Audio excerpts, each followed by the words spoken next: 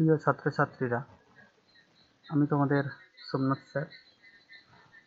তোমাদের আজকে যেটা পড়াবো সেটি হলো মডেল কোশ্চেন পেপার 2, সম্ভবত 884 পেজ, রায় মার্টিনের কোশ্চেন ব্যাংক, জীবন বিজ্ঞান।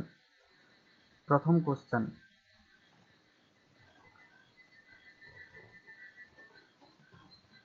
পার্থেনোকার্পি। পার্থেনোকার্পি অর্থাৎ বীজবিহীন ফল সৃষ্টি হয় সর্বদা কৃত্রিম অক্সিন NAA ন্যাপথক্সি অ্যাসিটিক অ্যাসিডের প্রভাবে। পর্বমধ্যে দৈর্ঘ্যের বৃদ্ধি ঘটে এটি জিব্বেরেলিনের প্রভাবে, এবং অগ্রস্ত প্রকটতা ঘটে সর্বদা অক্সিনের প্রভাবে। তাই অপশান খ হবে সঠিক উত্তর।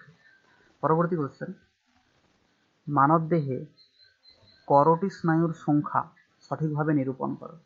মানবদেহে করোটি স্নায়ুর সংখ্যা হলো 12 জোড়া।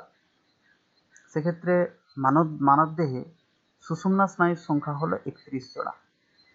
কিন্তু এটি ব্যাঙেদের ক্ষেত্রে উভয়ই, মানে করোটি স্নায়ু এবং সুষুম্না স্নায়ু উভয়ই হবে 10 জোড়া করে।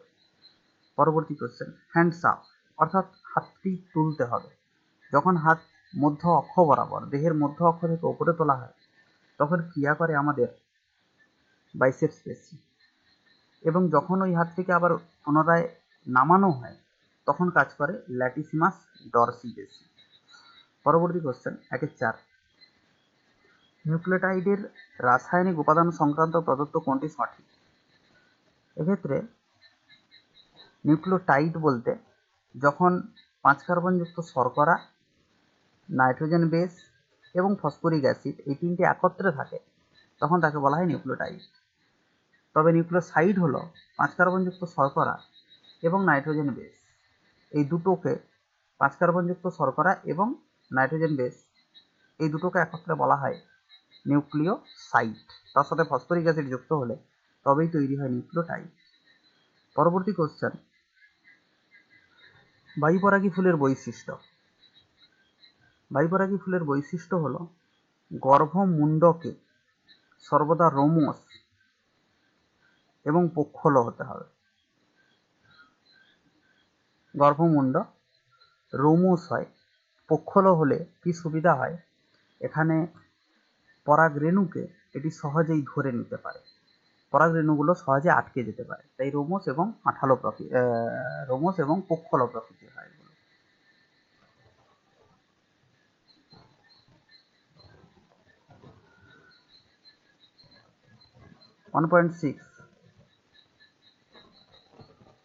জীবের বৃদ্ধির ক্ষেত্রে কোন অনুক্রমটি সঠিক? এক্ষেত্রে অপশান গ, কোষ বিভাজন, কোষের বৃদ্ধিকরণ এবং কোষীয় বিভেদন। কোষের বিভাজন ঘটে অর্থাৎ কোষ দ্বিগুণিত হয়, এরপর কোষ আকৃতিতে বৃদ্ধি হয় এবং কোষের আকারও পরিবর্তন হয়, যার ফলে ভিন্ন অঙ্গের সৃষ্টি করে, একেই বলা হয় কোষীয় বিভেদন। পরবর্তী question, capital M, capital N small N, capital R small R, capital Y small Y. এক্ষেত্রে উভয়ই প্রকট বৈশিষ্ট্য যেখানে অবস্থান করছে এটি হলো হোমোজাইগাস। এখানে হোমোজাইগাস বা যে সমস্ত প্রচ্ছন্নযুক্ত হোমোজাইগাস এগুলোকে এখান থেকে বাদ দিতে হবে, এবং বাকি যতগুলো হেটেরোজাইগাস আছে সেগুলো 2 গুণ 2 গুণ 2 গুণ করতে হবে। সেক্ষেত্রে 4টাও থাকতে পারে, 5টাও থাকতে পারে। যতগুলো 2 গুণিত 2 গুণিত 2 করা হবে, এখানে 3টা আছে তাই এখানে 3টা করলাম। 2 2 4, 4 2 8, অর্থাৎ অ্যান্সার হবে এখান থেকে 8টি গ্যামেট পাওয়া যাবে, অপশান ক। পরবর্তী কোশ্চেন, 1-8, ক্রিস-ক্রস উত্তরাধিকার ক্ষেত্রে কন্যার মাধ্যমে দৈহিত্রের মধ্যে যে জিনের বৈশিষ্ট্য সঞ্চারিত হয় তা হলো। এক্ষেত্রে ক্রিস-ক্রস উত্তরাধিকার বলতে যখন মাতামহের বৈশিষ্ট্য মাতার মাধ্যমে তার দৈহিত্রে বা মাতার পুত্রের মধ্যে অর্থাৎ ছেলে মেয়ে পুনরায় আবার ছেলের মধ্যে চলে আসতেছে, ঠিক আছে, একজন পুরুষ মানুষ, তারপরে তার মানে তার কন্যা অর্থাৎ তার মহিলার মধ্যে এবং তারপর আসছে আবার একজন পুত্রের দেহে, অর্থাৎ ছেলে মেয়ে ছেলে, এইভাবে যখন স্থানান্তরিত হচ্ছে তাকে ক্রিস-ক্রস উত্তরাধিকার বলা হয়। আর এই রোগগুলো সর্বদা ছড়িয়ে পড়ে এক্স ক্রোমোজোম স্থিত প্রচ্ছন্ন জিনের মাধ্যমে, সেক্ষেত্রে এক্স ক্রোমোজোম স্থিত যে প্রচ্ছন্ন জিন যেমন বর্ণান্ধতা, হিমোফিলিয়া ক্রিসক্রস উত্তরাধিকারের মাধ্যমে ছড়িয়ে পড়ে। এরপর বর্ণান্ধ পুত্র এবং স্বাভাবিক কন্যা রয়েছে এমন পিতামাতার সম্ভাব্য জিনোটাইপ কি হবে? দেখো, বর্ণান্ধ পুত্র মানে তার জিন হবে এইটা XCY, আর সিটা হচ্ছে এখানে মিউটেন্ট জিন। আর স্বাভাবিক কন্যা মানে স্বাভাবিক কন্যা XC+, এটা স্বাভাবিক কন্যা XC+।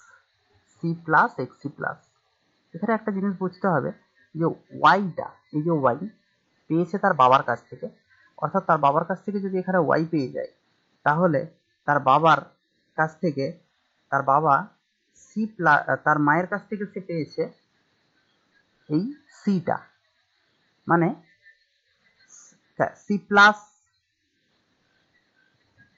আরেকটা সি তার মায়ের নিশ্চয়ই ছিল, তাই জন্য তার শুধু সিটাকে সে এখানে পেয়েছে এটা। তো যার জন্য কি হচ্ছে, সে পুত্রটা বর্ণান্ধ হয়ে যাচ্ছে, এবং কন্যাটাকে স্বাভাবিক করতে হলে দুটোকেই C+, করতে হবে। অর্থাৎ একটা তো তার বাবার কাছ থেকে পেয়েছে এইটা, এবং একটা তার মায়ের কাছ থেকে পেয়েছে, তাই জন্য এখানে তার বাবা হয়ে যাবে।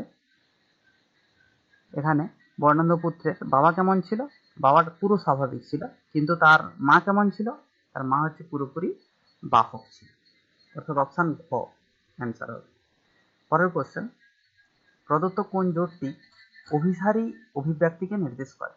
অভিসারী বলতে যে সমস্ত অঙ্গগুলি কার্যগতভাবে একই কিন্তু গঠনগত আলাদা, তাকে অভিসারী অভিব্যক্তি বলা হয়, মানে সমবৃত্তি অঙ্গ বলা হয়। আর সমবৃত্তি অঙ্গ অভিসারী অভিব্যক্তিকে নির্দেশ করে। এক্ষেত্রে মটর গাছের আকর্ষ যেটি পাতার রূপান্তর, এবং ঝুমকলতা গাছের আকর্ষ যেটি কাণ্ডের রূপান্তর। তাহলে গঠন আলাদা, উৎপত্তি আলাদা, কিন্তু কাজ দুটোরই আকর্ষের মাধ্যমে কোনো কিছু অবলম্বনকে জড়িয়ে ধরে উপরে ওঠে, তাই কাজ একই। পরবর্তী কোশ্চেন, প্রদত্ত তথ্যগুলির মধ্যে কোনগুলি শারীরবৃত্তীয় অভিযোজনকে নির্দেশ করে? শারীরবৃত্তীয় অভিযোজনকে নির্দেশ করে উটের দেহের ওয়াটার স্যাক, এটি একটি শারীরবৃত্তীয় অভিযোজন।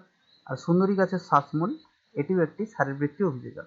কিন্তু রুই মাছের পটকা, এটা একটা অঙ্গসংস্থানিক অভিযোজন। এবং ক্যাকটাসের কাঁটার রূপান্তর, এটিও একটি অঙ্গসংস্থানিক অভিযোজন। মৌমাছির নৃত্য, এটি একটি শারীরবৃত্তীয় অভিযোজন। তাহলে মৌমাছির নৃত্য একটি আচরণগত অভিযোজন। তাই অপশান 2 এবং 4 হবে উত্তর, অর্থাৎ অপশান খ।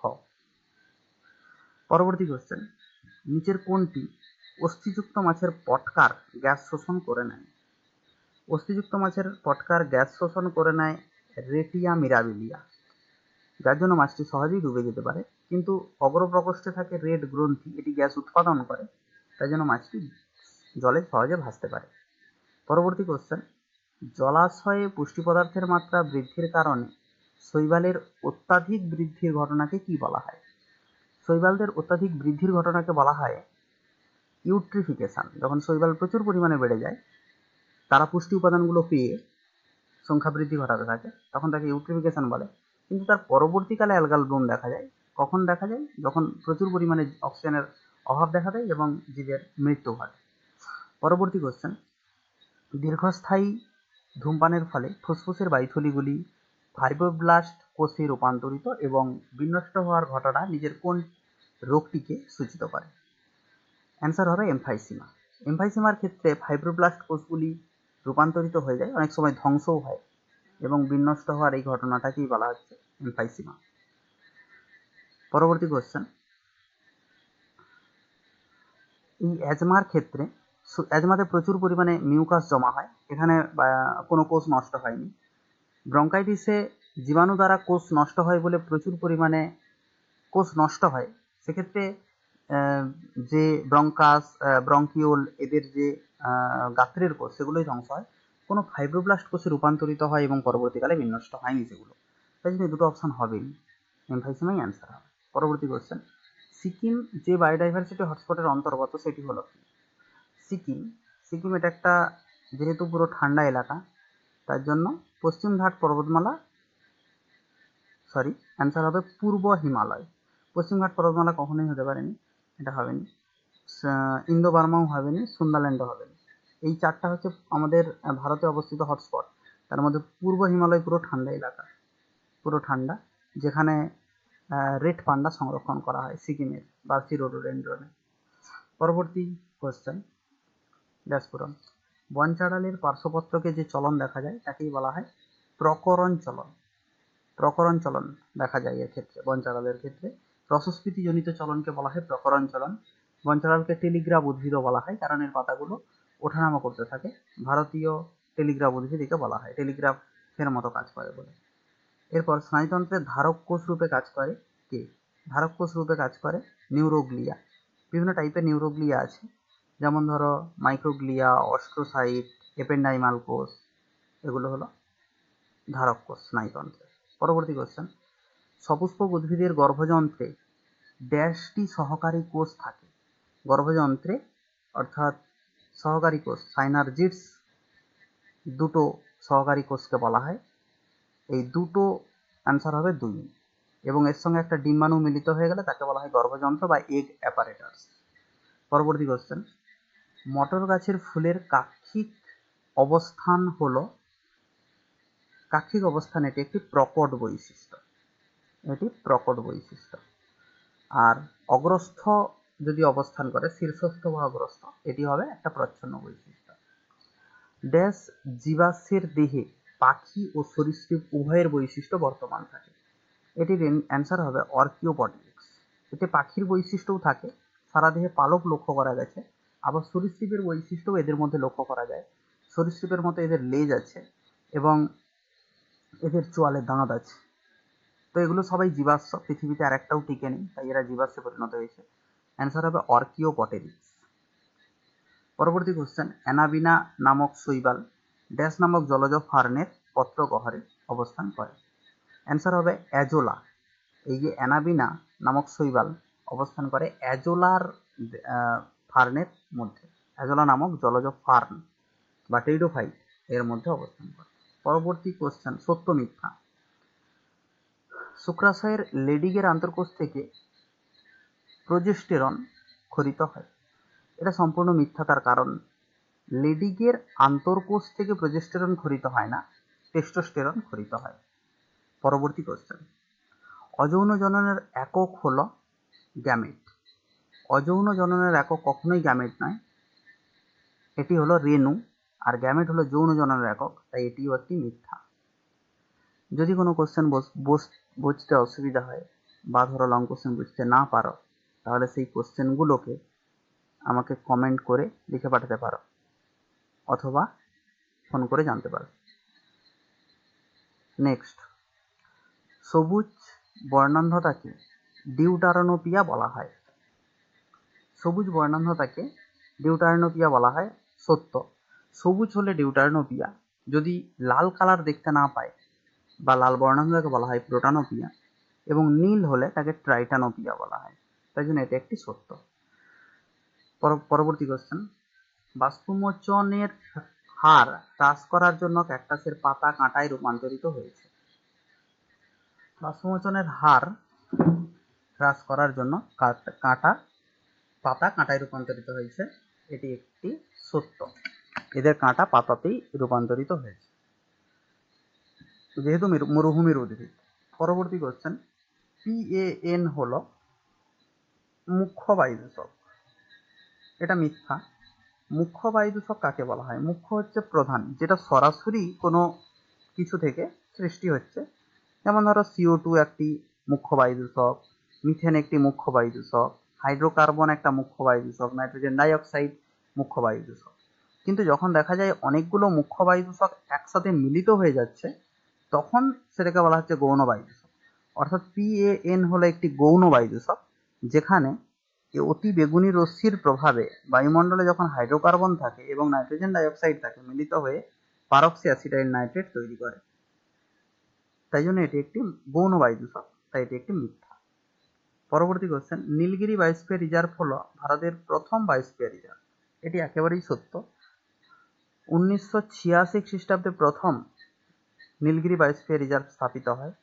এটি পশ্চিমঘাট পর্বতমালা হটস্পটের অন্তর্গত। এখানে যে প্রাণীকে সংরক্ষণ করা হয় সেই প্রাণীটি হলো lion tailed macaque. Lion tailed macaque এই হটস্পটের সবথেকে গুরুত্বপূর্ণ একটি বিপন্নপ্রায় প্রাণী যেখানে সংরক্ষণ করা হয়েছে একে। পরবর্তী কোশ্চেন, রোটেটর পেশি। রোটেটর পেশির অ্যান্সার হবে পাইরিফর্মিস। পাইরিফর্মিস এক ধরনের রোটেটর পেশি যার জন্য আমরা পাকে, ফিমারকে ঘুরাতে পারি, ঘুরানো সম্ভব হয়। এরপর নির্ণীত নিউক্লিয়াস। নির্ণীত নিউক্লিয়াস এটি ডিপ্লয়েড প্রকৃতির, 2n। বয়সন্ধিকাল 10 থেকে 19 বছর। লোকাস, যেটি একটি জিনের অবস্থানের কথা বলে, লোকাস। ভেনাস হৃৎপিণ্ড। ভেনাস হৃৎপিণ্ড মাছেদের ক্ষেত্রে দেখতে পাওয়া যায়। কার্বন ডাইঅক্সাইড সারা দেহে পরিবাহিত হয়, কার্বন ডাইঅক্সাইড যুক্ত রক্ত, তাকে ভেনাস হৃৎপিণ্ড বলা হয়। ভেন থেকে কথাটা এসছে, ভেন কার্বন ডাইঅক্সাইড যুক্ত রক্ত পরিবহন করে, শিরা, তো ভেন থেকে ভেনাস কথাটা এসছে। এরপর ভূগর্ভস্থ জলের পুনর্নবীকরণ, এটা জলাভূমি। জলাভূমিতে জল জমা হয়, সেখান থেকে ভূগর্ভে যায় জল এবং জলের পুনর্নবীকরণ ঘটে। পরবর্তী কোশ্চেন, বিষদৃশ্য শব্দটি বেছে লেখ। বিষদৃশ্য, ইউরাসিল, সাইটোসিন, অ্যাডিনিন, থাইমিন। এর ক্ষেত্রে ইউরাসিল অ্যান্সার হবে, তার কারণ এগুলো তো ডিএনএ এর ক্ষেত্রে দেখতে পাওয়া যায়, শুধুমাত্র ইউরাসিলটাই আরএনএ এর ক্ষেত্রে দেখতে পাওয়া যায়। পরবর্তী কোশ্চেন, অক্ষিগোলকের কর্নিয়া ও লেন্সের মধ্যবর্তী প্রকোষ্ঠে অবস্থিত তরলের নাম কি? অ্যান্সার হবে অ্যাকুয়াস হিউমার। এটি কর্নিয়া এবং লেন্সের মধ্যবর্তী প্রকোষ্ঠে অবস্থান করে, অ্যাকুয়াস হিউমার। ভিট্রিয়াস হিউমার অবস্থান করে লেন্স এবং রেটিনার মধ্যবর্তী স্থানে। আমি কোশ্চেনের অ্যান্সার দিচ্ছি, তার সাথে কিছু অতিরিক্ত ওই সম্পর্কিত কোশ্চেনও অ্যান্সার সহ বলে দিচ্ছি। অর্থাৎ তোমরা প্রত্যেকটা কোশ্চেনের শুধু একটি উত্তর জানতে পারছো না, ভিন্ন টাইপের কোশ্চেন যদি পড়ে সেগুলো জানতে পারবে। তো কর্নিয়া লেন্সের মধ্যবর্তী স্থানে অ্যাকুয়াস হিউমার, কিন্তু লেন্স আর রেটিনার মধ্যবর্তী স্থানে যে তরল থাকে সেটি হলো vitreous humour. Vitreous humour aqueous হিউমারের থেকে বেশি গাঢ় তরল, তাই জন্য এখানের আলোর যে প্রতিসরণ ঘটে সেটা অনেক বেশি ঘটে।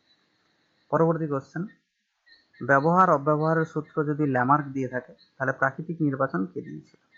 প্রাকৃতিক নির্বাচন দিয়েছিল ডারউইন। পরবর্তী কোশ্চেন, একই প্রজাতিভুক্ত দুটি ভিন্ন ভ্যারাইটিযুক্ত উদ্ভিদের মধ্যে পরাগযোগ ঘটলে তাকে কি বলে? একই প্রজাতিভুক্ত দুটি ভিন্ন ভ্যারাইটিযুক্ত উদ্ভিদের মধ্যে পরাগযোগ ঘটলে তাকে বলা হয় জেনোগ্যামি। ঠিক আছে, দুটি একই প্রজাতি। আর এটা যদি একই প্রজাতিভুক্ত যদি না বলা থাকতো, একই গাছের মধ্যে দুটো ফুলের মধ্যে পরাগযোগ ঘটতো তাহলে সেটা স্বপরাগযোগ। যখন একই ফুলের মধ্যে পরাগযোগ ঘটে তখন তাকে অটোগ্যামি, যখন একই গাছের দুটো ভিন্ন ফুলের মধ্যে পরাগযোগ ঘটে তখন তাকে গেইটোনোগ্যামি বলা হয়। পরবর্তী কোশ্চেন, অ্যামোনিয়া থেকে NO2 তৈরি হচ্ছে এবং তার থেকে NO3 তৈরি হচ্ছে। তো নাইট্রাইট তৈরি হওয়ার সময় নাইট্রোসোমোনাস কাজ করতেছে এবং নাইট্রেট তৈরি হওয়ার সময় নাইট্রোব্যাক্টর ক্রিয়া করতেছে। তাহলে এ হবে নাইট্রোসোমোনাস, বি হবে নাইট্রোব্যাক্টর। পরবর্তী কোশ্চেন, চারটি বিষয় একটি বিষয়ের অন্তর্গত, যেমন বামনত্ব, অস্থিসন্ধি, গ্রোথ হরমোন, অ্যাক্রোমেগালি। এর ক্ষেত্রে বামনত্ব এটা হচ্ছে ঘটে গ্রোথ হরমোন মানে জিএইচ এর কম ক্ষরণে। অস্থির বৃদ্ধি ঘটতিছে জিএইচ এর কম ক্ষরণে, গ্রোথ হরমোনের বেশি ক্ষরণে। অ্যাক্রোমেগালি এটাও গ্রোথ হরমোনের বেশি ক্ষরণে ঘটে। তাহলে অ্যান্সার হবে গ্রোথ হরমোন, কারণ এই গ্রোথ হরমোনের বেশি বা কম ক্ষরণেই এই পুরো প্রক্রিয়াটা ঘটতিছে, বাকি সবগুলো ঘটতিছে, তাই জন্য এটাকে বলা হচ্ছে, এটা অ্যান্সার হবে গ্রোথ হরমোন। পরবর্তী কোশ্চেন, পিবিআর এর পুরো নাম লেখো। পিবিআর এর পুরো নাম হলো পিপলস বায়োডাইভার্সিটি রেজিস্টার। আরেকবার বলি, পিপলস বায়োডাইভার্সিটি রেজিস্টার। কোনো কোশ্চেন যদি কোনো রকম অসুবিধা থাকে 2 নম্বরের কোশ্চেনগুলো এইগুলো আমাকে সেটা জানাতে পারে।